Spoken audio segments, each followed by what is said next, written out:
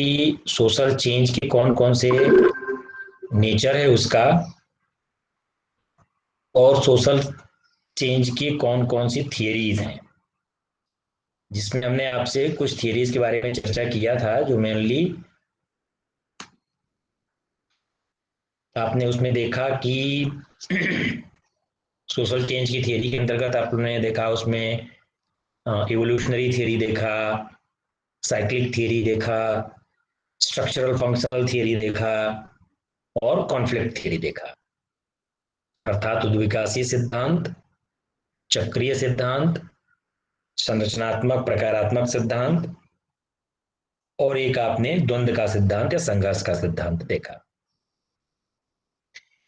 इसमें से कुछ जो कल्चरल चेंज को और सोशल चेंज को एक तरह से मानते हैं कि दोनों एक ही प्रकार की चीजें हैं, तो कुछ तो एक नेचर वो हुआ कि वो सामाजिक परिवर्तन और सांस्कृतिक परिवर्तन में किस प्रकार के अंतर देखते हैं।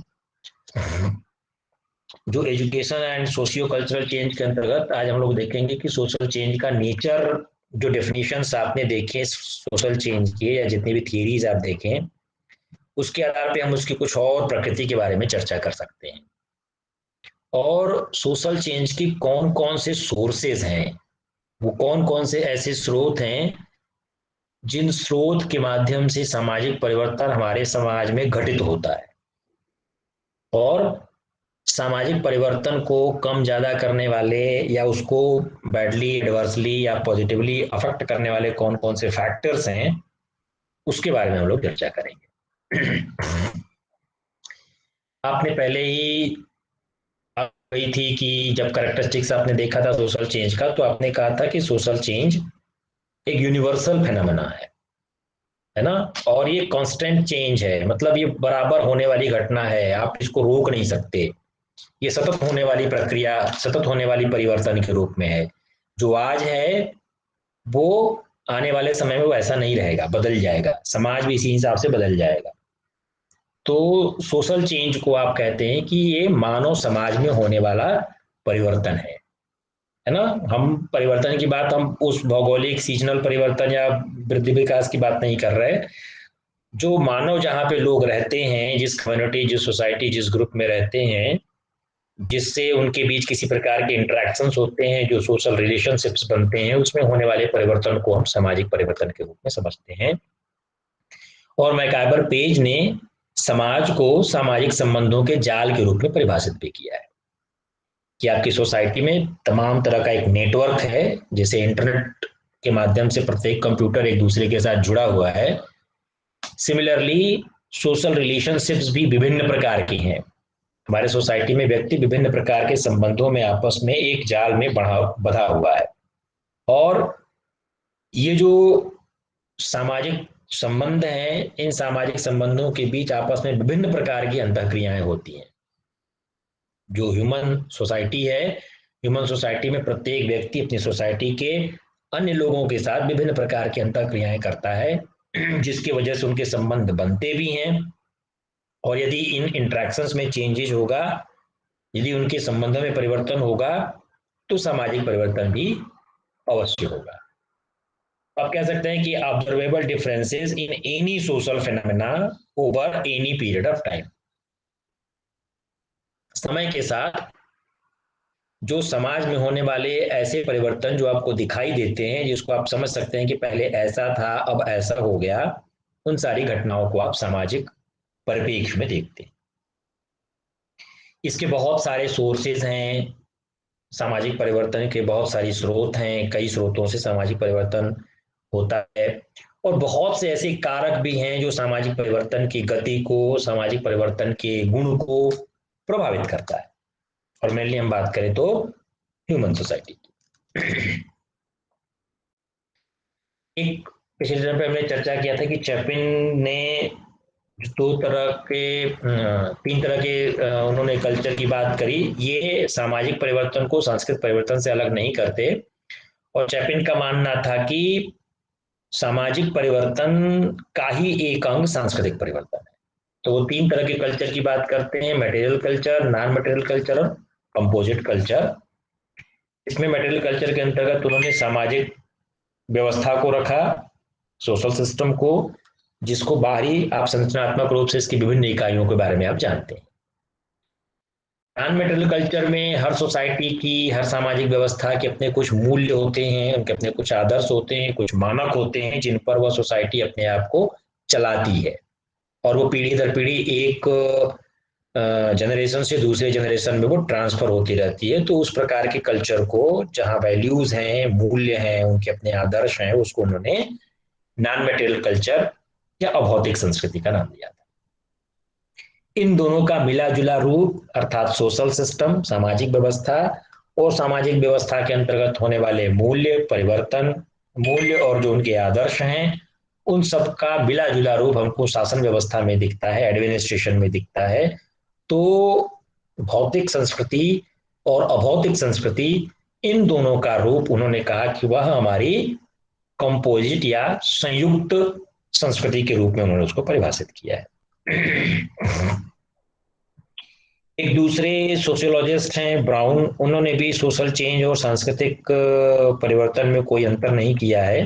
उनका मानना है कि सामाजिक परिवर्तन और सांस्कृतिक परिवर्तन दोनों ही एक हैं, दोनों में हम अंतर नहीं कर सकते, दोनों को वो एक ही मानते हैं कि सामाजिक परिवर्तन ही सांस्कृतिक परिवर्तन है, ऐसा उनका मानना है। एक और फेमस सोशियोलॉजिस्ट हैं ऑगबर्न, इनकी एक थियरी है कल्चरल लैग की थियरी। जब हम लोग डिटेल में जब कल्चर पे आएंगे, इसी यूनिट में जब कल्चर की चर्चा करेंगे, तो वहां पे हम इनकी कल्चरल लैग की थियरी की चर्चा करेंगे कि क्या उन्होंने बताया। यहाँ पर चूंकि सोशल चेंज और कल्चरल चेंज की बातें हो रही हैं, तो यहाँ पर केवल एक सूचनात्मक रूप से बताना थोड़ा सही होगा। ऑगबर्न कहते हैं कि दो तरह के कल्चर हैं, एक है मेटेरियलिस्टिक कल्चर और दूसरा है नॉन मेटेरियलिस्टिक कल्चर, जिसको उन्होंने भौतिक संस्कृति कहा, मटेरियलिस्टिक को, और जो नॉन मटेरियलिस्टिक है उसको हिंदी में आप अभौतिक संस्कृति कह सकते हैं। भौतिक संस्कृति के अंतर्गत ऑगबर्न वो सभी वस्तुओं को रखते हैं जो वस्तु ह्यूमन बीइंग्स यूज करते हैं, है ना, जिसको मटेरियलिस्टिक मतलब भौतिक तरीके से जिनको आप छू सकते हैं, देख सकते हैं, महसूस कर सकते हैं, उन सभी चीजों को वो, उन सभी आर्टिकल्स को, वस्तु आप कह लीजिए, उन सभी वस्तुओं को वो भौतिक संस्कृति के अंतर्गत रखते हैं। जैसे हमारे बर्तन, है ना, किसी जमाने में मिट्टी के बर्तन चलते थे, आप और ज्यादा सिविलाइज्ड हुए, फिर तांबे के बर्तन आए, लोहे के बर्तन आए, पीतल के बर्तन आए। आज आप तवा की अगर बात करें तो पहले तवा, हाथ से रोटी आप सेक लिया करते थे, फिर लोहे का तवा आया, फिर तवे के बाद नॉन स्टिक आए, नॉन स्टिक के बाद टेफलॉन कोटेड आए। ऐसे बहुत सारे बर्तन की आप संस्कृति देखते हैं। तो ये सारी बर्तन है, आपके कपड़े हैं, आपके वाहन के जो साधन है, हवाई जहाज है, रेलवे है, ये सारी जो जो जो चीजें आपको दिखाई देती हैं, जिनको छू सकते हो, उन सबको अकबर ने मेटलिस्टिक कल्चर के अंतर्गत रखा है। जो नॉन मेटेरियलिस्टिक कल्चर है, जिसको उन्होंने भौतिक संस्कृति कहा है, उन सब को उन्होंने, जो आपके आदर्श हैं, आपके समाज के जो जो मूल्य हैं, आपकी जो परंपराएं हैं, जो आपके रिचुअल्स हैं, उन सब को अकबर ने नॉन मेटेरियलिस्टिक कल्चर कहा है। तो दो तरह के कल्चर की, दो तरह की संस्कृति की बात करते हैं। एक वो जो सभ्यता के रूप में आपके समक्ष वो सारी चीजें दिखती हैं, जिसको आप चीज कह लीजिए, वस्तु कह लीजिए, वो सारे आपके आर्टिकल्स भौतिक संस्कृति के अंतर्गत है। और जो आपके मूल, विश्वास, आदर्श, परंपराएं, ये सारे उन्होंने अभौतिक संस्कृति के अंतर्गत रखा है। तो इनका भी सामाजिक परिवर्तन, सांस्कृतिक परिवर्तन में बहुत ज्यादा अंतर नहीं, लेकिन ये कल्चर को महत्वपूर्ण मानते हैं। विभिन्न डेफिनेशंस के आधार पे आप सोशल चेंज के कुछ और नेचर, जो प्रकृति के बारे में अगर आप बात करें, तो आप ये कह सकते हैं कि सोशल चेंज इज कंटिन्यूअस। सभी समाजशास्त्रियों ने इसमें अपना मत प्रस्तुत किया है कि यह एक सतत प्रक्रिया है, कभी रुकने वाली नहीं, जिसको आप जैसे कहते हैं कि शिक्षा एक सतत प्रक्रिया है, similarly social change is also continuous process, ये लगातार सतत रूप से चलता रहेगा। दूसरी बात, सोशल चेंज इज टेम्पोरल, यह समय के रेस्पेक्ट में होगा, समय के संदर्भ में आप सामाजिक परिवर्तन की बात करेंगे। और समय की जब बात करी जाएगी तो इसमें दो समय बिंदु होंगे। आप उन्हीं दो समय बिंदु के बीच के अंतर को सोशल चेंज के रूप में देख सकते हैं कि आज से 100 साल पहले और 100 साल बाद। तो दूसरा एक नेचर है कि यह हमेशा टाइम रेफरेंस में बात किया जाएगा, टेम्पोरल होगा। नेक्स्ट है कि सोशल चेंज इन्वायरमेंटल, सामाजिक परिवर्तन आपको वातावरण में दिखाई भी देगा, है ना। जब सामाजिक परिवर्तन होगा तो आपके इर्द गिर्द जितने भी पर्यावरण, उस पर्यावरण में आपको वो चीजें, उसका कहीं ना कहीं किसी स्थान से संबंध होगा, है ना। इन्वायरमेंटल कह लीजिए किसी अब इन्वायरमेंट भी कई प्रकार के आप कह सकते हैं। आपका साइकोलॉजिकल इन्वायरमेंट, आपका सोशल इन्वायरमेंट, आपका फिजिकल इन्वायरमेंट, है ना। ऐसे बहुत सारे इन्वायरमेंट की बात हो, as a whole social change इन सारे इन्वायरमेंट से संबंधित होगा। यदि सामाजिक परिवर्तन होगा तो आपका साइकोलॉजिकल इन्वायरमेंट भी चेंज होगा, आपके फिजिकल इन्वायरमेंट भी चेंज होंगे, आपका सोशल इन्वायरमेंट भी चेंज होगा। तो ऐसे यह इन्वायरमेंट के रेफरेंस में बातें हैं। नेक्स्ट है social change is human change. आपको पता ही है कि जब आप सोसाइटी की बात करते हैं तो हम सोशियोलॉजी के अंतर्गत ह्यूमन सोसाइटी की ही बात करते हैं। तो सामाजिक परिवर्तन का भी जहां तक संबंध होगा वह मानवीय संबंधों में, मानवीय अंतःक्रियाओं में, मानवीय जो प्रकार हैं उसमें परिवर्तन होने की बात होगी। तो इसका संबंध मानव से होगा। अगला नेचर आप कह सकते हैं कि सोशल चेंज में भी प्लान्ड और अनप्लान्ड। कभी कभी जो समाज में परिवर्तन होते हैं उसकी प्लानिंग की जाती है, योजना बनाई जाती है। योजनाबद्ध तरीके से आप सामाजिक परिवर्तन लाने की कोशिश करते हैं। और कभी कभी सामाजिक परिवर्तन ऐसे भी होते हैं जिसकी कोई योजना नहीं बनी होती है। जैसे योजना कैसे बनी होती है, जैसे हम बार बार आपको एग्जांपल देते हैं कि हमारे संविधान में कुछ सोशल आइडियल्स को रखे गए हैं। तो ये संविधान जिसकी हम बात करते हैं, जिस पे चलने की बात करते हैं, हम इन लक्ष्यों को लेकर के चल रहे हैं कि हमको अपनी सोसाइटी में समाजवाद ले आना है, हमको अपनी सोसाइटी में फ्रीडम ले आना है, हमको अपनी सोसाइटी में इक्वलिटी ले आना है। तो ये एक प्लानिंग है कि हम सारे लोग इससे गवर्न होंगे। तो प्लानिंग की हुई है आपके सामाजिक, आप भविष्य का समाज कैसा बनाना चाहते हैं, लोकतंत्रात्मक समाज बनाना चाहते हैं या तालिबानी समाज बनाना चाहते हैं। तो जैसी आपकी प्लानिंग होगी वैसे आपका सामाजिक परिवर्तन होगा। तो प्लान्ड वे में जब आप पहले से सोच समझ करके योजना बना करके योजनाबद्ध तरीके से कोई चीज यदि आप ले आते हैं तो वो आपकी social change, planned social change कहलाता है या योजनाबद्ध सामाजिक परिवर्तन कहलाता है। जबकि कुछ ऐसे भी सामाजिक परिवर्तन होते हैं जिनकी कोई योजना नहीं होती, बिना किसी योजना के वो सामाजिक परिवर्तन होते रहते हैं। जैसे अभी की सामाजिक परिवर्तन अफगानिस्तान, बड़ा हम आपको एग्जांपल देते हैं, अफगानिस्तान का भी जो परिवर्तन है ये कोई प्लान्ड नहीं था, है ना। अब इसके पहले किसी जमाने में मान लीजिए जब अमेरिका इस पे सोचा होगा कि हाँ हमको यहाँ पर लोकतंत्र को स्थापना करना है, तो प्लान्ड वे में अपने कार्यों को चला रहा था।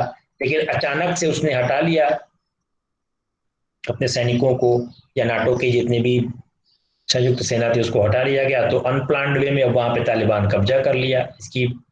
अब अंदर अंदर प्लानिंग हो तो कोई कह भी नहीं सकता, है ना। कुछ लोग कह रहे हैं कि जो आप देख रहे हैं वो नहीं घटित हो रहे हैं, आपको जो दिखाई दे रहा है वो नहीं हो रहा है, और जो नहीं दिखाई दे रहा है उसके पीछे कुछ और शक्तियां काम कर रही हैं। तो जो भी हो, लेकिन कहने का मतलब कि सामाजिक परिवर्तन भी इस तरह की चीजें हैं जहां पर कुछ योजनाबद्ध तरीके से आप कार्य करते हैं, और कुछ ऐसी भी चीजें होती हैं जहां पर कोई योजना नहीं होती, वो अपने से हो जाती हैं। सामाजिक परिवर्तन खुद ब खुद हो जाता है। जैसे मान लीजिए कहीं युद्ध हो जाए या कहीं कोई प्राकृतिक आपदा आ जाए तो वहां पे लोग विस्थापित हो जाएंगे। विस्थापित हो जाएंगे तो फिर से रिकंस्ट्रक्शन करेंगे, तो वो एक अनप्लान्ड है। बिना, अब कोई ये थोड़ी चाहेगा कि हमारे यहाँ आपदा आ जाए, भूकंप आ जाए, बाढ़ आ जाए, ऐसा तो कोई चाहेगा नहीं। उसकी कोई योजना तो बनाई नहीं जाएगी। तो इस तरह से सोशल चेंज प्लान भी हो सकता है, योजनाबद्ध हो सकता है, और गैर योजनाबद्ध भी हो सकता है। नेक्स्ट आप कह सकते हैं short versus long run changes. कुछ ऐसे परिवर्तन होते हैं समय के बहुत, हेलो, आपने तो बोला था कि जो इन्वायरमेंटल एक्टिविटीज होगी उसको इंक्लूड नहीं करेंगे, और यहाँ पे आप बोल रहे हैं कि प्राकृतिक आपदा होगी तो उसको इंक्लूड करेंगे। प्राकृतिक आपदा हो तो इंक्लूड करेंगे। ये सर, एंड प्लान में आपने बोला ना कि कोई अगर नेचुरल कुछ हो जाए, हैजार्ड वगैरह। तो वो तो फैक्टर है ही है, क्यों नहीं उसको इंक्लूड करेंगे। सर पहले आपने बोला था कि जो इन्वायरमेंटल फैक्टर होगा उसको इंक्लूड नहीं करेंगे सोशल चेंज में। क्यों नहीं इंक्लूड करेंगे भाई, एक बार कंप्लीट कर ले फिर बात करते हैं। ठीक है। हम्म। कुछ ऐसे चेंजेज हैं जो कि शॉर्ट टर्म के होते हैं, बहुत छोटे समय के लिए वो परिवर्तन आपके होंगे, फिर वो और कुछ फिर वो वहीं पे रुक जाएगा, फिर आगे धीरे धीरे होता रहेगा। कुछ ऐसे परिवर्तन होते हैं बहुत शॉर्ट टर्म के लिए परिवर्तन आपके होते हैं, कुछ ऐसे होते हैं जो बहुत लॉन्ग टर्म के परिवर्तन होते हैं। जैसे हम अपने समाज की बात करते हैं, जो हम कैसा समाज बनाना चाहते हैं, तो हम अपने संविधान में जो आइडियल्स रखे हैं, इसको आप जरूर से कह सकते हैं कि एक लॉन्ग टर्म के आप उद्देश्यों को लेकर के चल रहे हैं।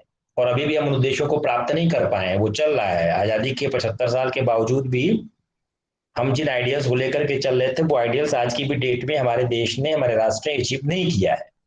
तो वो एक सतत प्रक्रिया चलने वाली है। और कुछ ऐसे भी चेंजेज हैं जिसको आपने परिवर्तन कर लिए हैं, तो शॉर्ट टर्म भी हो सकते हैं और लॉन्ग टर्म भी हो सकते हैं। Social change is an objective term, यह एक वस्तुनिष्ठ टर्म है। जैसे अगर कोई परिवर्तन, हमको अगर सोसाइटी में कोई परिवर्तन दिखेगा, तो ऐसा नहीं कि वो सब्जेक्टिव केवल मैं ही देख पाऊंगा, यह एक ऑब्जेक्टिव टर्म होगा। जब परिवर्तन की बात कही जाएगी तो वो परिवर्तन उस सोसाइटी के प्रत्येक लोग अनुभूत करेंगे। केवल व्यक्तिगत रूप से हम उस परिवर्तन को देखें ऐसी बात नहीं है, वो ऑब्जेक्टिव होगा। प्रत्येक व्यक्ति उस सामाजिक परिवर्तन को वैसे ही समझेंगे, वैसे ही उनको दिखाई देगा, वैसे ही उनको अनुभूत करेंगे। नेक्स्ट है सोशल चेंज में create chain reaction. Chain reaction मतलब यहां पर एक श्रृंखला चल सकती है। जैसे एक चीज में परिवर्तन हो तो हो सकता है कि उसमें होने वाला परिवर्तन उस सोसाइटी के किसी दूसरे चेन को भी प्रभावित करे, या किसी दूसरे एलिमेंट को भी प्रभावित करे।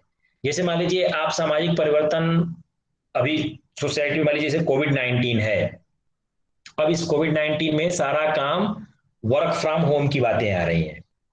तो अब वर्क फ्रॉम होम ऐसा नहीं कि केवल education he work from home है, तमाम तरह की इकोनॉमिकल एक्टिविटीज, पॉलिटिकल एक्टिविटीज, बहुत सारी एक्टिविटीज जो है वो सारी कुछ ऑनलाइन ऑनलाइन टेलीमेडिसिन की व्यवस्थाएं हो रही हैं। तो हो सकता है कि एजुकेशन में आपने परिवर्तन किया, तो इस एजुकेशन में परिवर्तन होने की वजह से आपकी चिकित्सा, सुरक्षा व्यवस्था या यातायात या न्याय, ये सब कहीं ना कहीं एक दूसरे के साथ जुड़े हुए हैं। कारण क्या है कि सोसाइटी के प्रत्येक इकाइयां एक दूसरे के साथ जुड़ी हुई हैं, एक दूसरे के साथ मिली हुई हैं। तो एक इकाई में परिवर्तन हो सकता है, उसकी श्रृंखलाबद्ध तरीके से जिससे जुड़ी हुई उसमें परिवर्तन ले आए, वो श्रृंखला जिससे जुड़ी हुई उससे अगले में परिवर्तन ले आए, वो जिस अगले यूनिट से जुड़ा होगा उसमें परिवर्तन ले आए। तो यह एक चेन, एक श्रृंखला बनी है। ये एक जगह से दूसरे जगह पे वो परिवर्तित होती रहती है। तो सामाजिक जो परिवर्तन है इसकी एक श्रृंखला भी हो सकती है, एक श्रृंखला क्रिएट कर सकती है, सृजन कर सकता है। नेक्स्ट है speed of social change is not uniform. प्रत्येक समाज में सामाजिक परिवर्तन की जो दर होगी, जो गति होगी, वो हो सकता है एक जैसी न हो। जैसे तमाम तरह की आप सोसाइटी जानते हैं, क्लोज सोसाइटी, ओपन सोसाइटी। तो जिस प्रकार की सोसाइटी होगी उस हिसाब से, जैसे समाज की प्रकृति होगी, उस समाज की प्रकृति के हिसाब से सामाजिक परिवर्तन की गति भी वह निर्धारित करेगा। कोई जल्दी जल्दी परिवर्तन को स्वीकार करेगा, जल्दी जल्दी परिवर्तन, उसमें परिवर्तन होंगे सामाजिक अंतःक्रियाओं में, सामाजिक संबंधों में। और कहीं कहीं पे सामाजिक परिवर्तन सामाजिक संबंधों में धीरे धीरे परिवर्तन होगा। तो प्रत्येक समाज में एक जैसी यूनिफॉर्म तरीके से नहीं चलेगा। और नेक्स्ट है social change is community change. Community मतलब समुदाय। सामाजिक परिवर्तन जो है वह समुदाय में भी परिवर्तन है, जहां कुछ लोग किसी एक खास कम्युनिटी के, जैसे आप कहते हैं Hindu community, Mohammedan community, Christian community, rural community, urban community. तो सोशल चेंज का उन समुदायों से भी संबंध है सामाजिक परिवर्तन कहीं ना कहीं सामुदायिक परिवर्तन से भी प्रभावित होता है, सामाजिक परिवर्तन उसमें इन्वॉल्व है। तो ये कुछ उसके नेचर हैं, कुछ उसकी प्रकृति है, जो सामाजिक परिवर्तन की विभिन्न परिभाषाओं, सिद्धांतों और उसकी विशेषताओं के आधार पर आप निकाल सकते हैं। कौन कौन से सोर्सेज हैं सोशल चेंज के, कौन कौन से स्रोत हैं? तो मेनली आप तीन मेजर सोर्सेज में आप बांट सकते हैं। एक है डिस्कवरी, इन्वेंशन, डिफ्यूजन। इस प्रकार के सामाजिक परिवर्तन जो किसी खोज, अन्वेषण या विसरण से उत्पन्न होता हो, है ना। इन सबको यदि आप कहें तो आप इनोवेशन कह सकते हैं, सबको मिला जुला करके। तो उस तरह के सामाजिक परिवर्तन जो किसी खोज से, डिस्कवरी से या इन्वेंशन से या डिफ्यूजन की वजह से अगर ओरिजिनेट होता है, तो एक वो स्रोत है। दूसरा स्रोत है exogenous and endogenous origin of change. कुछ ऐसी चीजें होती हैं जो एक्सोजीनस बाहर से आई हुई होती हैं, कुछ ऐसी होती हैं जो with in the society endogenous उनका नेचर होता है। तो कुछ ऐसे भी चेंज सोर्सेज हैं, और कुछ सोर्सेज हैं जिनको आप कह सकते हैं कि acceptance of and resistance to. कुछ चीजें ऐसी होती हैं जिसको सोसाइटी एक्सेप्ट करती है, और कुछ ऐसे भी परिवर्तन के कारक होते हैं, स्रोत होते हैं, जिनको वो रेजिस्ट करती है, नहीं होने देना चाहती। ठीक है, तो इन तीन मेजर कैटेगरीज में आप देख सकते हैं क्या है ये। तो जो डिस्कवरी है, डिस्कवरी का मतलब ये है कि कोई भी ऐसा जो आपका प्रत्यक्षीकरण है या कोई भी ऐसा पक्ष जो पहले से आपकी सोसाइटी में एग्जिस्ट करता है। जैसे हमने शायद कभी आपको और चर्चा किया हो, जैसे कि डिस्कवरी क्या है, जैसे न्यूटन थे, तो न्यूटन सेब के पेड़ के नीचे बैठे थे, तो अचानक से सेब का पेड़ नीचे गिरा, तो उनको गुरुत्वाकर्षण बल के बारे में समझ आया। तो ऐसी बात नहीं है कि न्यूटन ने गुरुत्वाकर्षण बल को खोजा, उसके पहले गुरुत्वाकर्षण था ही नहीं। गुरुत्वाकर्षण बल तो ऑलरेडी एग्जिस्ट कर रहा था, तभी सेब नीचे गिरा, लेकिन उसको एक्सप्लोर करके उनके उसके बारे में बताया, तो पहले से एग्जिस्ट कर रहा था। ग्रेविटेशनल फोर्स पहले से एग्जिस्ट कर रहा था, उसको उन्होंने लोगों को बताया। तो डिस्कवरी वही होती है। हाँ, जैसे एक आप कह दें कि जैसे वास्को डी गामा ने भारत की खोज की, तो ऐसा नहीं कि वास्को डी गामा ने भारत बना दिया, भारत तो पहले से था, लेकिन उन्होंने इसकी खोज की, उन्होंने बताया कि एक देश, एक कंट्री यहाँ पे भी है। तो इस तरह से उन्होंने भारत की खोज की, जो कि पहले से भारत था। ऐसे ही आप अमेरिका की खोज के लिए बात करते हैं तमाम। तो जो चीजें पहले से उपलब्ध है, पहले से हमारी सोसाइटी में हैं, वो परसेप्शन, जो प्रत्यक्षीकरण पहले से हमारा सोसाइटी उसको जानता है, या कोई ऐसा एस्पेक्ट, कोई ऐसा पक्ष जो कि, या कोई ऐसी रियलिटी, वास्तविकता जो पहले से एग्जिस्ट कर रही है हमारी सोसाइटी में, उसको खोज देना। ठीक है, और जब खोजेंगे तो वो आपका वेरीफाइड नॉलेज होगा, क्योंकि वो पहले से आपके समाज में था, आपने उसको वेरीफाई कर दिया। पहले से गुरुत्वाकर्षण बल था, ग्रेविटेशनल फोर्स के बारे में फॉर्मूला देकर के उन्होंने उसको वेरीफाई कर दिया न्यूटन ने, तो वो आपका, वो संसार की स्टोर्ड वेरीफाइड नॉलेज के रूप में वो हमारे समक्ष होता है। और ये डिस्कवरी जो है, ऐसे फैक्टर सोशल चेंज में केवल जान लेने से मतलब नहीं है कि आप जान गए कि हाँ ये है, तब वो सामाजिक परिवर्तन का कारक नहीं होगा। सामाजिक परिवर्तन की डिस्कवरी तभी कारक होगी जब उसको आप यूज करेंगे। केवल गुरुत्वाकर्षण बल के बारे में जान लेना, अब यदि उन्होंने कह दिया कि हाँ गुरुत्वाकर्षण बल है, और उसके आधार पे आप कोई, जैसे पलायन वेग की बात करते हैं, अगर आपने उसके पलायन वेग को ना समझकर अगर उसका यूज ना करते, तो शायद आप अंतरिक्ष में उपग्रह ना छोड़ पाते। तो केवल जान लेना सामाजिक परिवर्तन का कारक नहीं होगा। केवल आपको जानकारी हो जाए कि हाँ ये चीज एग्जिस्ट कर रही है, आपको सामाजिक परिवर्तन के लिए जिस चीज की आपने खोज की है, डिस्कवरी की है, उस फैक्टर को या उस परसेप्शन को, उस एस्पेक्ट को, उस रियलिटी को आपको अपने समाज में उपयोग भी करना होगा। जब आप उपयोग करेंगे तो सामाजिक परिवर्तन होना असंभावी होगा, सामाजिक परिवर्तन होता चला जाएगा। लेकिन केवल जानकारी पर होना सामाजिक परिवर्तन का कारक नहीं होगा। तो एक है डिस्कवरी। दूसरी बात है इन्वेंशन, जिसको आप हिंदी में कहते हैं अन्वेषण। अन्वेषण को आप ऐसे कह सकते हैं कि आपके पास वो पहले से नहीं है, है ना। जैसे जैसे कहते हैं इलेक्ट्रिसिटी, विद्युत जिसे आप कहते हैं, इलेक्ट्रिसिटी पहले से नहीं था। आपने क्या किया कि कुछ नया कॉम्बिनेशन आपने बनाया, जैसे आपने आर्मेचर वो डायनेमो को आपने घुमाया और उस चुंबक के घूमने की वजह से इलेक्ट्रिसिटी प्रोड्यूस हुई। तो a new combination or a new use of existing knowledge, जो पहले से ज्ञान उपलब्ध है उसको जब आप नए तरीके से यूज करते हैं। इलेक्ट्रिसिटी भाई, चुंबक पहले भी था, डायनेमो था, आपने घुमाया, नए तरीके से आपने घुमाया तो इलेक्ट्रिसिटी जनरेट हुई। ऐसे ही आपको पहले से पता था कि जैसे टेलीफोन का आविष्कार हुआ, है ना, तो ऐसे कोई भी चीजों को आप कंबाइंड कर लें, दो चीजों को, और कोई नई चीज बना दें तो वो इन्वेंशन की श्रेणी में आता है। जैसे भी आप लोग जुगाड़ के बारे में सुने होंगे, है ना, जुगाड़। तो एग्जाम्पल आप कह सकते हैं the assembling of automobile from an already existing idea. जैसे तमाम आप देखते हैं कि जैसे कंप्यूटर है ना, बहुत अच्छा एग्जाम्पल है। कंप्यूटर में लोग असेंबल करा लेते हैं, पता चला कि सीपीयू किसी कंपनी का एसर का ले लिया, और मॉनिटर एचपी का ले लिया, और आपके हार्ड डिस्क उसमें डेल के लगवा दिए, है ना। तो आपने काम, ये तो एक इन्वेंशन की तरीके आपने सब जो अच्छी अच्छी कंपनी की जो अच्छे अच्छे प्रोडक्ट्स है उसको आपने असेंबल कर दिया। जैसे कभी कभी आप देखे होंगे ये जो जीप चलती है ना, उसको बनाते हैं, कैसे बनाते हैं, उसकी ढांचा को वो कोई कंपनी बनाती नहीं है उस तरह की जीप जो बड़े खुले वाली आपको दिखती होगी, उस तरह की कोई वैसी बनती नहीं, वो उसको असेंबल किया जाता है, बनाया जाता है। या सबसे अच्छा एग्जाम्पल है जुगाड़ का। जुगाड़ जानते हैं आप लोग, गांव में चलता है, कितने लोग जुगाड़ का नाम सुने हैं? यस सर, सुना है सर। जुगाड़ जानते हैं, क्या होता है यस सर। जुगाड़? क्या होता है विनीत जुगाड़? सर जब कोई मतलब जो चीज चाहिए या फिर जो सामान चाहिए अगर वो नहीं मिल पा रहा है तो कुछ भी मतलब ऐसे जुगाड़ बना के मतलब कर लेते हैं, काम चला लेते हैं, मतलब थोड़े से टाइम के लिए काम चलाने के लिए उपयोग मतलब उपयोगी सामान बनाना कुछ भी। जैसे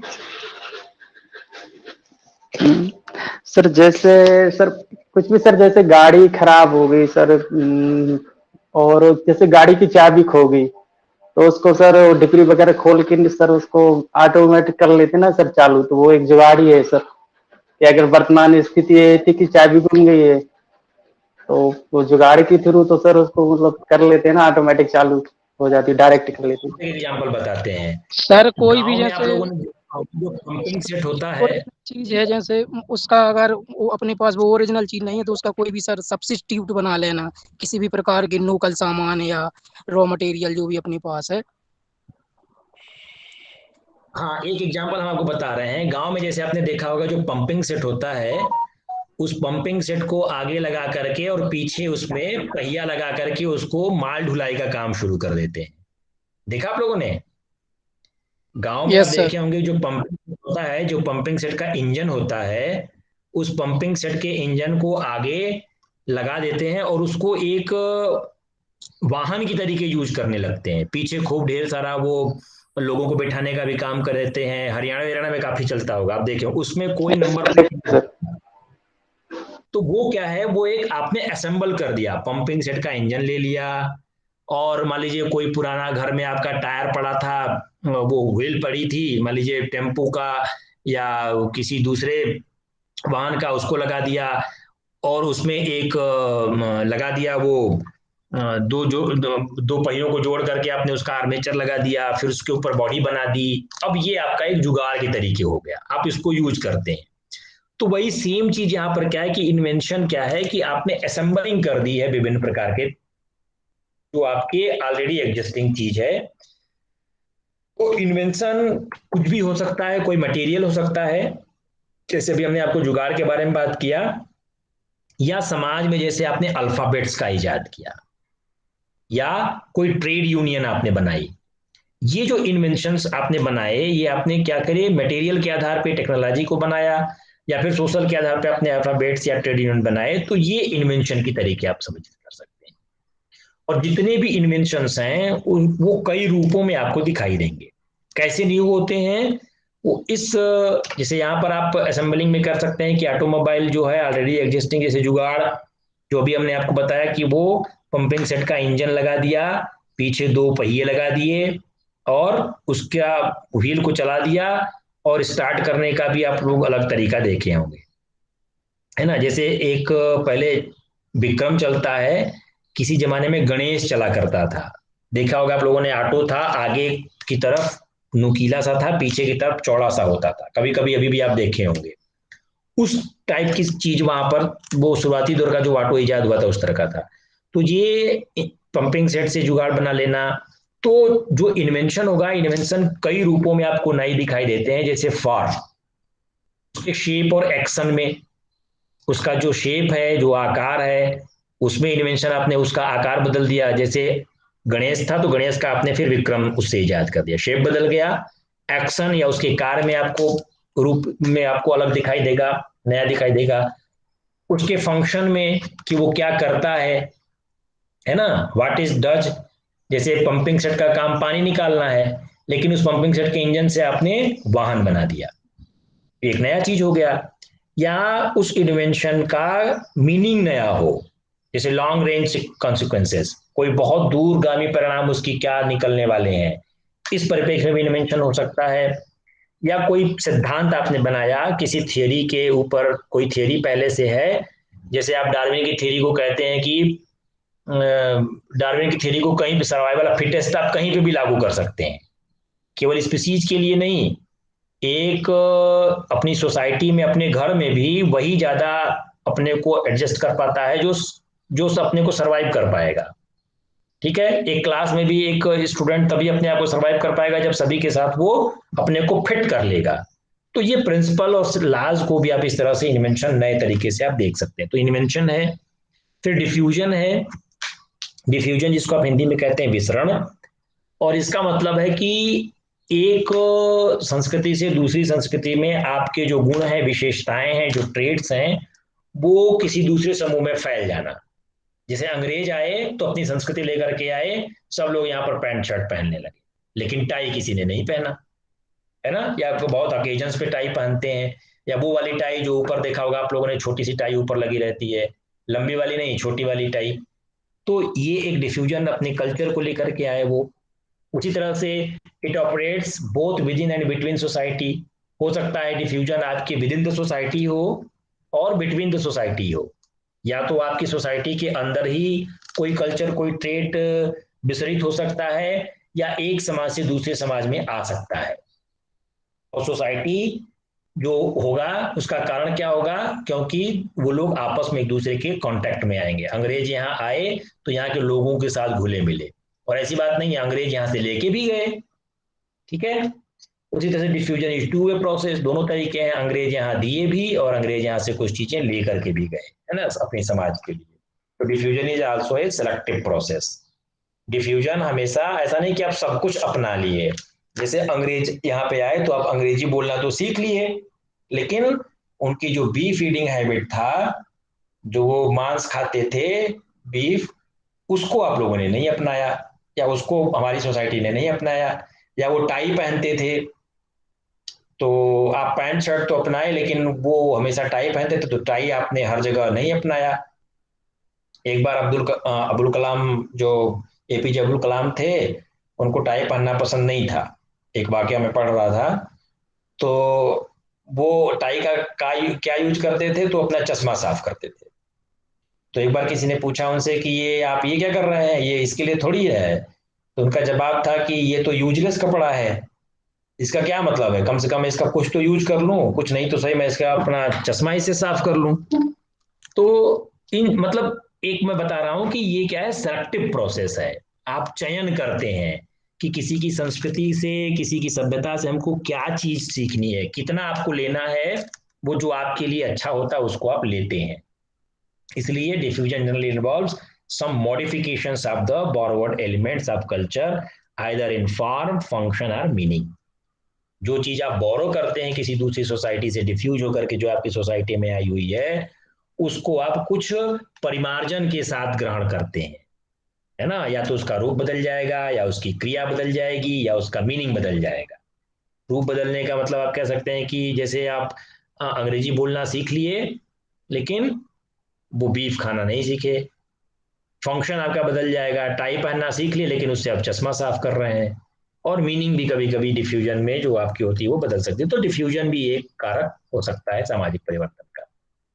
कुछ ऐसे कारक हैं जो एंडोजीनस हैं और कुछ ऐसे कारक हैं जो एक्सोजीनस हैं।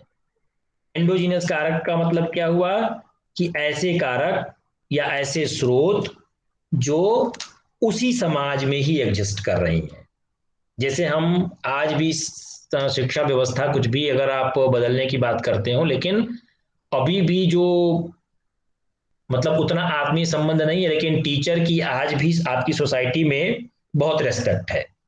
ये अलग बात है कि आप उसको कहेंगे कि टीचर फटीचर होता है ना, किसी से पूछे कि क्या है तो अरे टीचर है। यूनिवर्सिटी का भी कोई होगा तो उसको भी क्या है तो अर्थ मास्टर है, माँ साहब। यहाँ लोग कहते हैं माँ साहब, है ना, यहाँ की भाषा है माँ साहब कहते हैं, माँ साहब। तो वो चाहे प्राथमिक विद्यालय का शिक्षक हो, चाहे माध्यमिक विद्यालय का हो, चाहे विश्वविद्यालय का हो, तो टीचर को टीचर लोग समझते हैं। लेकिन समाज में अभी भी प्रतिष्ठा उसकी है। वो क्यों है?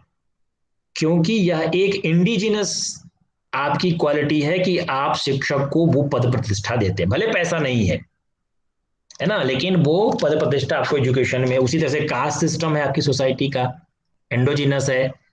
सब कुछ होने के बावजूद भी कास्ट सिस्टम बहुत प्रबल है हमारे यहाँ।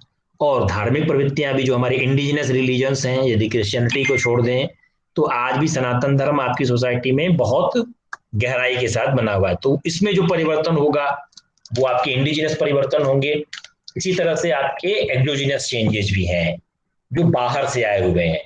जैसे कभी कोई युद्ध हो जाए तो युद्ध होने के बाद जो कुछ सामाजिक परिवर्तन होता है, किसी की किसी पे विजय हो जाए, कॉन्क्वेस्ट हो जाए, ठीक है, या वेस्टर्न टेक्नोलॉजी आपने अडॉप्ट कर लिया, तो ये सारी चीजें एक्सोजीनस हैं, बाहर से आपकी सोसाइटी को प्रभावित करने वाले हैं। तो ये exogenous versus endogenous origin of changes भी आपको दिखाई देता है। इसी तरह से acceptance and resistance of social change है। बहुत से ऐसे जो इन्वेंशंस हैं, डिस्कवरीज हैं, इन सभी को आप एक टर्म दे सकते हैं, इनोवेशन, जिसे आप हिंदी में कहते हैं नवाचार। और बहुत कम ऐसी सोसाइटी है जो अपने यहाँ किसी नवाचार को स्वीकार करती है। जैसे अगर एजुकेशन के फील्ड में ही आप माने तो इस ऑनलाइन की सिचुएशन में बहुत कम ही ऐसे शिक्षक हैं जिन्होंने इस नवाचार को स्वीकार किया है। और वो केवल टीचर तक ही नहीं, वो स्टूडेंट तक भी है। बहुत कम ही ऐसे स्टूडेंट हैं जिन लोगों ने इसको स्वीकार किया है कि हाँ, हम इसके माध्यम से अपने शिक्षण और निगम की प्रक्रिया को आगे बढ़ाएंगे। हमेशा से इनोवेशन को बहुत रेयरली एक्सेप्ट किया जाता है, जो भी नवाचार दी आपकी सोसाइटी, क्योंकि आपकी परंपराएं टूटेंगी ना, जिस पे आपकी लगातार चलती चली आ रही है पीढ़ी दर पीढ़ी, वो टूटती है। इसलिए लोग बहुत रेयरली उसको एक्सेप्ट करते हैं। The specific attitude and values of the society in question, जो कोई विशेष आपकी प्रवृत्ति है, जो मूल्य हैं, वो उस पर प्रश्न चिन्ह लगाते हैं। अगर कोई नया चीज आएगा, जैसे किसी जमाने में सती प्रथा था, अब वो जो एटीट्यूड था महिलाओं का चाहे पुरुषों का, उसको अगर किसी ने नवाचार आया, शिक्षा की एजुकेशन आई, तो क्यों इस तरह का किया जाए, तो उस पर प्रश्न चिन्ह लगे। तो ये सोसाइटी खुद उसको नहीं करना चाहती। And the manifest usefulness of the innovations, वो इनोवेशन आपकी सोसाइटी के लिए कितना उपयोगी होगा, इस बात पर भी सोशल चेंज निर्भर करता है। यदि बहुत ज्यादा यूजफुल होगा तो आदमी उसको अपना भी लेगा, है ना। यदि बहुत ज्यादा इनोवेशंस आपके लिए यूजफुल होगा तो वो निश्चित रूप से उसको व्यक्ति अपनाना शुरू कर देंगे, हो सकता है थोड़ा समय लगे। And the compatibility of the innovation with in the existing culture, जो आपकी पहले से जो आपकी संस्कृति जो बनी हुई है, उसमें किसी प्रकार के जो इनोवेशंस हैं वो अपने आप को तभी सक्षम बना पाएंगे जब उस सोसाइटी के लिए यूजफुल होंगे। तो एक ये भी है कि इनोवेशंस को जल्दी कोई सोसाइटी स्वीकार नहीं करती है, या तो बहुत उसका वेस्टेड इंटरेस्ट हो, जानबूझ करके कोई बहुत, जैसे अभी के समय में क्या है कि जितनी ऑनलाइन कंपनियां हैं वो सब ऑनलाइन एजुकेशन को बहुत प्रमोट भी कर रही हैं। अभी आप देखिए तो इन चीजों के लिए तमाम आपकी हार्वर्ड यूनिवर्सिटी, कॉनकॉर्ड यूनिवर्सिटी में मुफ्त में कुछ कोर्सेज चला दिए थे जो पहला लॉकडाउन आया था। फ्री में आप सारे कोर्सेज करिए, और जब एक बार आपने उसको कर लिए, जैसे शुरुआती दौर में क्या हुआ कि लोग व्हाट्सएप ग्रुप बना के, टेलीग्राम पे ग्रुप बना करके पहले तो फ्री में वर्कशॉप ये सारे कुछ कराए, फिर जब उनके पास ये लोग हो गए तो और ज्यादा कराने के लिए फिर उन्होंने पैसा लेना शुरू कर दिया, 100, 200, 500, 1000 ऐसे लेकर के।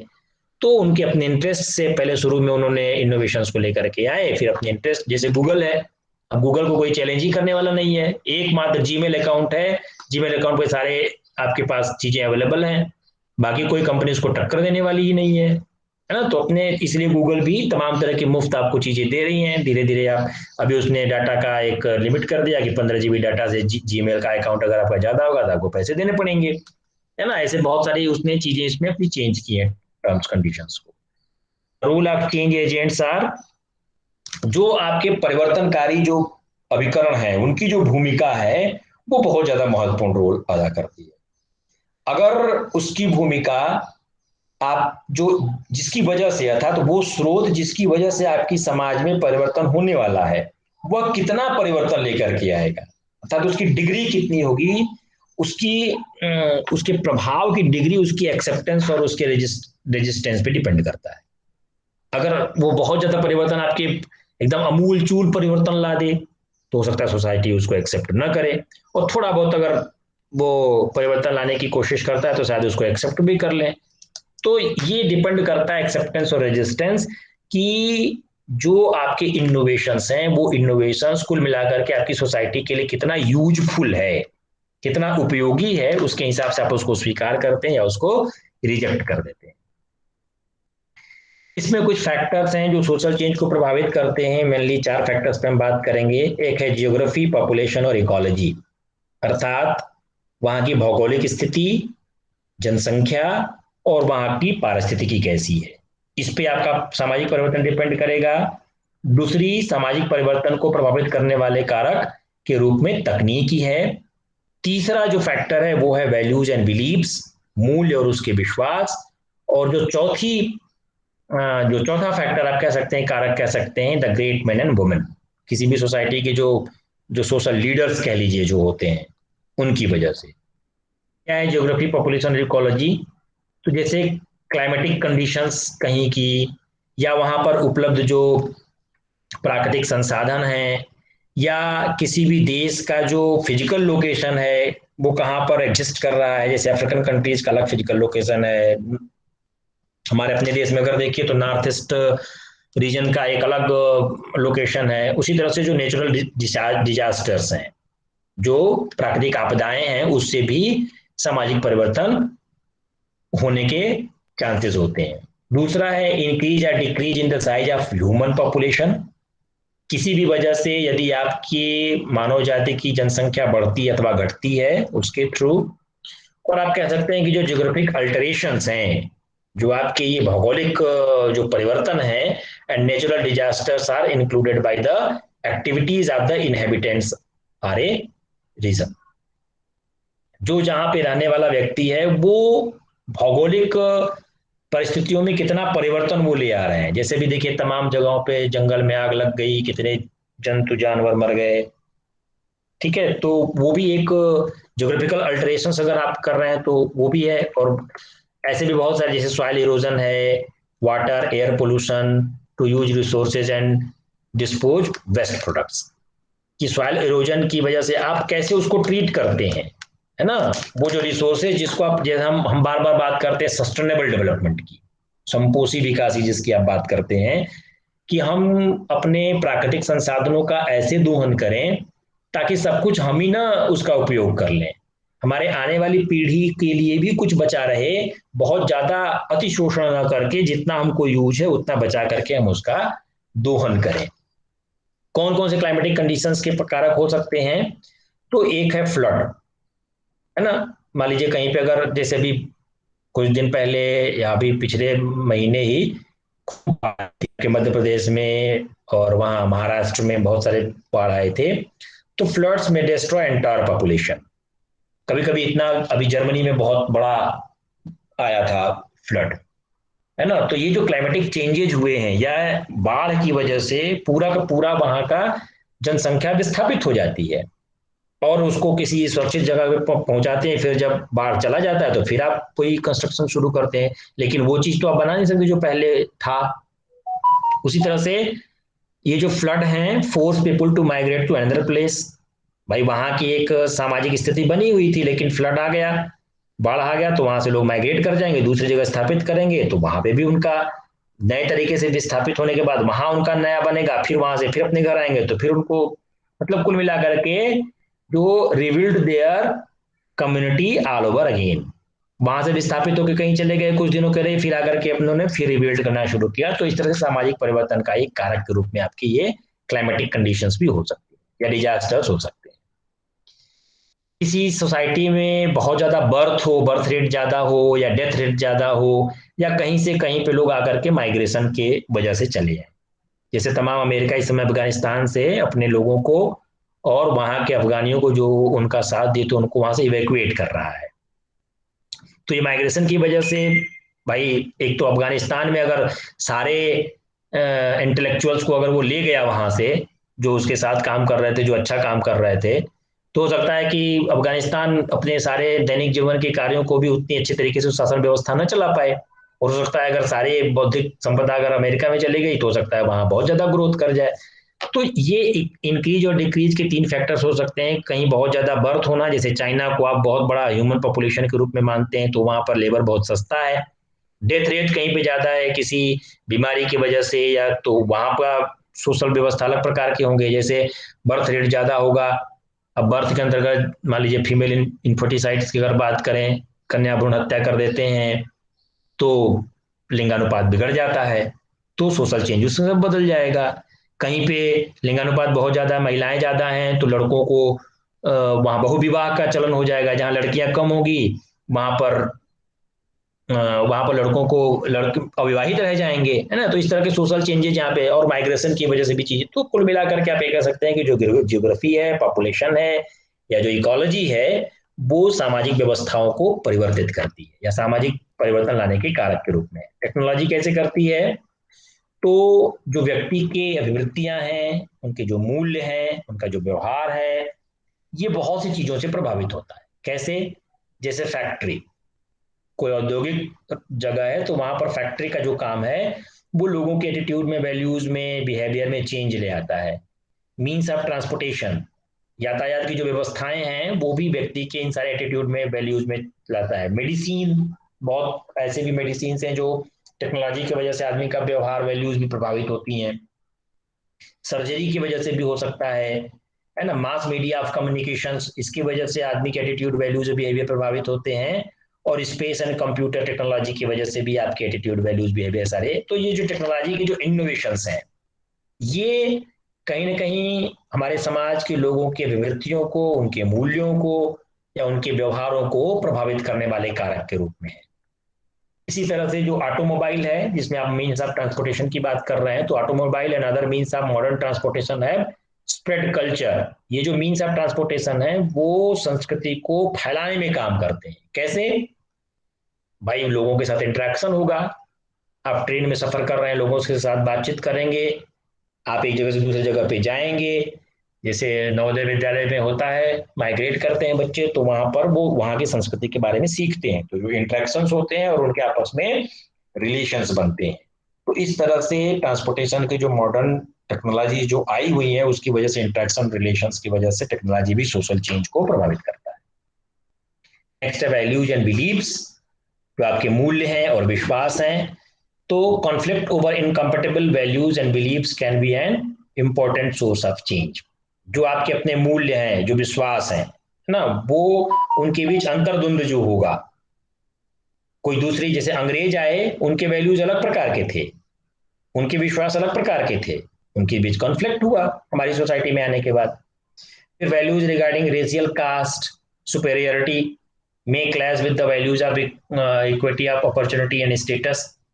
किसी जमाने में कोई पर्टिकुलर कम्युनिटी अपने आप को बहुत सुपीरियर मानती थी, है ना। अब यदि इस सोसाइटी में आने के बाद जब इक्वलिटी की बात कही जा रही है कि कास्ट बेस सुपेरियरिटी नहीं होगी, तो उनको धक्का लग रहा है, उनकी क्या है, वैल्यूज क्लैश कर रहे हैं कि अब हमको समाज में वो प्रतिष्ठा नहीं दी जा रही जो पहले हमको था।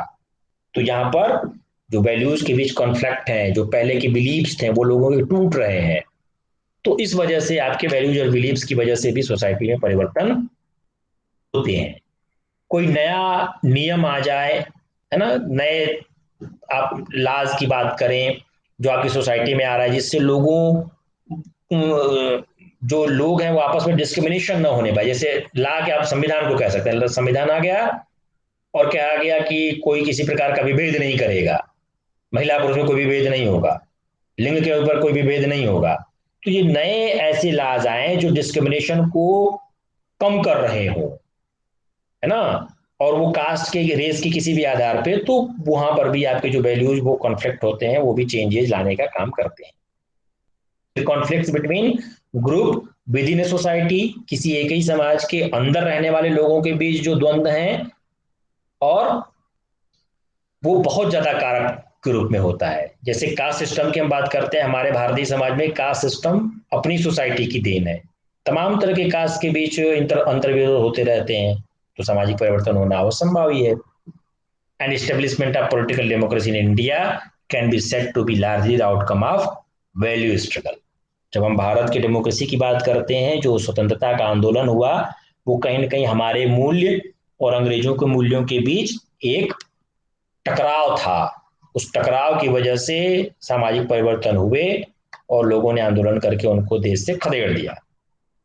और लास्ट है ग्रेट मैन और वुमेन, जो हमारे समाज के जो लीडर्स हैं, वो चाहे महिला या पुरुष कोई भी हो सकता है, जो भी जैसे गांधी जी की विचारधारा से आप प्रभावित थे, जवाहरलाल नेहरू, सुभाष चंद्र बोस, है ना, इंदिरा गांधी, ऐसे कोई भी, सुषमा स्वराज, ऐसे बहुत से लोग हैं हमारी सोसाइटी में जो कि बहुत सारे अवसरों पर अपने अलग प्रतिमान उन्होंने सेट किए हैं और वो लोगों को मोटिवेट करते हैं, है ना। उनके जो कृत्य थे वो लोगों को बहुत ज्यादा प्रभावित करते हैं और लोग वैसे बनना चाहते हैं। जैसे अभी देखिए, अभी कुछ समय पहले तक आप देखिए तो हमारे देश में, भारतवर्ष में बहुत ज्यादा पॉपुलर खेल के रूप में केवल क्रिकेट था, हमारे देश की अपनी हॉकी, जबकि हमारा राष्ट्रीय खेल है, लेकिन उसमें उतना रुझान नहीं था। लेकिन अब ये जो अभी 8 मेडल आपके भारत के देश के जो खिलाड़ी जीत करके लेके आए हैं, जिसमें आप लोग नीरज की बात करते हैं, तो ये कहीं ना कहीं लोगों के लिए एक एक्सपीरियंस है, वो भी ओलंपिक खेलना चाहते हैं, है ना। तो वो इन्फ्लुएंस करते हैं लोगों को, ऐसे जो जो प्रसिद्ध लोग हैं अब किसी सोसाइटी के, तो उसकी वजह से भी अब स्पोर्ट्स में लोग, हॉकी में या भाला फेंक में भी लोग अपने आप को करेंगे, तो वो भी एक कारक बनेगा। भाई स्पोर्ट्समैन आपके ज्यादा आएंगे वहां पर, they will also charismatic leaders, ये करिश्माई नेता होते हैं, ये जो कहते हैं वही लोग करना शुरू कर देते हैं, है ना। तो ये भी सोशल चेंज का कारक हो सकता है। And these leaders owed their positions to personal quality, ये खुद से तो अपनी व्यक्तिगत गुण की वजह से, देखिए अब तमाम ऐसी कहानी आपको मिलेंगी जिसमें उनके पिताजी के पास 2 वक्त की रोटी के लिए भी पैसे नहीं था, खेलने के साधन नहीं थे, लेकिन फिर भी उन्होंने अपनी क्वालिटी से उस पोजीशन को होल्ड किया और फिर वो लोगों के लिए एक आदर्श के रूप में हमारी सोसाइटी में आए हैं। तो ये ऐसे भी लोगों के कहने की वजह से, राजा राम मोहन राय की बात कर लीजिए, गांधी जी की बात कर लीजिए, सुभाष चंद्र बोस की बातें कर लीजिए, इनकी एक आवाज पे लोग इनके पीछे चले जाते थे, तो लोग उस तरह से मोबिलाइज हुए, सामाजिक परिवर्तन के बहुत बड़े कारक के रूप में ये उभरे। तो ये कुछ ऐसे फैक्टर्स हैं जिनकी वजह से आप सामाजिक परिवर्तन की बात कर सकते हैं। ये कुछ रेफरेंसेज हैं इस पे आप और स्टडी कर सकते हैं। अब आप लोगों की जो क्वेरी है वो हम लोग यहाँ बात कर सकते हैं। बताइए।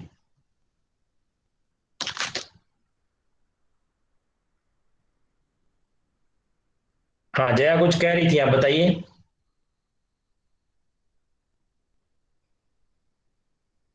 हेलो। नहीं सर, आपने पहले बोला था कि जो ज्योग्राफिकल फैक्टर होंगे वो इन्वॉल्व नहीं होंगे सोशल चेंज में, लेकिन जब आपने कहीं पे कुछ पढ़ा, अनप्लान में पढ़ा रहे थे आप, तो बोला कि ये युद्ध वगैरह भी होगा, प्राकृतिक आपदा भी होगी। ये हमने नहीं कहा कि ये हमने नहीं कहा कि जियोग्राफिकल कंडीशंस नहीं होंगी। कब, आज ही की बात कर रही हैं? नहीं सर, जब पहले आपने पढ़ा था सोशल चेंज के बारे में तो बोला था कि ज्योग्राफिकल जो फैक्टर होंगे उनको इंक्लूड नहीं करेंगे। जियोग्राफिकल फैक्टर्स एज सच तो नहीं है वो। देखिए, बात समझिए, जियोग्राफिकल फैक्टर्स को आप सोशल चेंज नहीं कहेंगे, लेकिन उसके जो कॉन्सिक्वेंसेज हैं, जैसे मान लीजिए कोई प्राकृतिक आपदा आई, तो वो प्राकृतिक आपदा तो सामाजिक परिवर्तन नहीं है ना। उस प्राकृतिक आपदा के कारण जो परिणाम हुए वो परिणाम कारक है सामाजिक परिवर्तन के। प्रत्यक्ष रूप से वो सामाजिक परिवर्तन नहीं है, भौगोलिक परिवर्तन सामाजिक परिवर्तन नहीं है, लेकिन भौगोलिक परिवर्तन के कारण जो परिणाम, उसका जो कॉन्सिक्वेंसेस हुए, उसके जो परिणाम आए, वो सामाजिक परिवर्तन के कारक हो सकते हैं। जैसे हमने कहा फ्लड, कहीं बाढ़ आ गया, तो बाढ़ को आप सामाजिक परिवर्तन नहीं कहेंगे। हाँ, बाढ़ के आने की वजह से लोग वहां से विस्थापित हो गए, लोग किसी दूसरे जगह पे पुनः स्थापित हुए, बाढ़ चला गया, बाढ़ के चले जाने के बाद फिर पुनः अपने पुराने जगह पे आए, फिर वहां पे लोग इकट्ठा होने लगे, अंतःक्रिया करने लगे, फिर वहां पे सोसाइटी बनाई, तो ये सोशल चेंज का कारक हुआ। लेकिन बाढ़ सामाजिक परिवर्तन नहीं है। बाढ़ की वजह से जो परिणाम हुए, बाढ़ की वजह से जो सोसाइटी में चेंजेज हुए, बाढ़ तो एक भौगोलिक कारक है, उसका परिणाम सामाजिक परिवर्तन का कारक हुआ। ये बात है। Yes sir. और किसी का?